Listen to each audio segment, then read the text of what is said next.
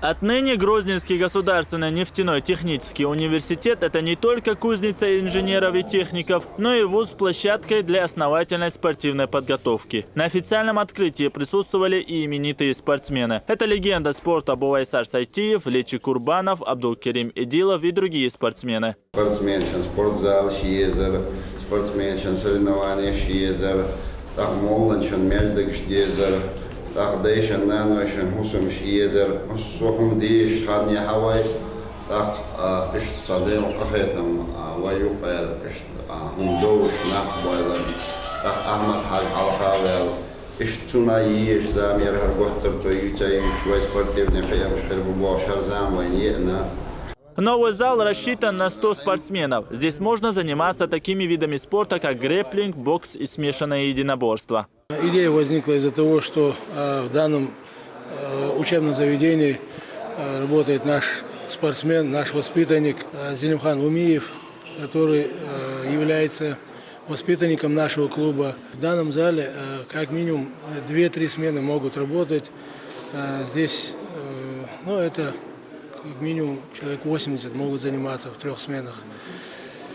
Желающих очень много, так как этот район густо населен, и здесь очень много молодежи.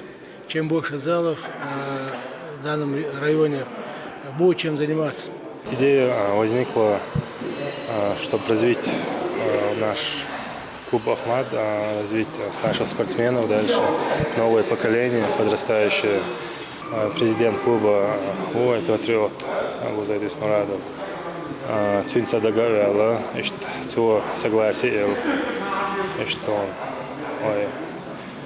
Ахмад Хаджи Беркатца, Пача Беркатца, филиал Хаялар Нистела, Лересхила Луадерсона Пачана.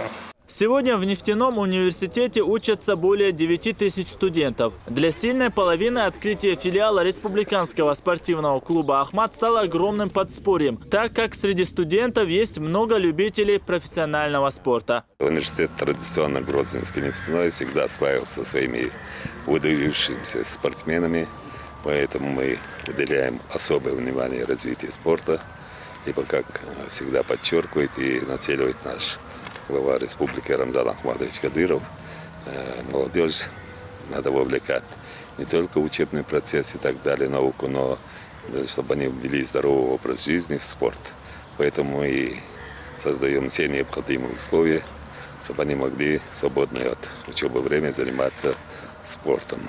Также в 3-м корпусе нефтяного университета построен новый стадион, который отвечает всем стандартам. Есть и поле для волейбола и баскетбола. Спортивной подготовке здесь уделяет особое внимание. Возможно, скоро выпускники ГГНТУ будут добиваться успехов не только в научной карьере, но и на спортивном поприще. Ахмед Джабрилов, Мурат Эльбукаев и Дауд Куруев. Новости.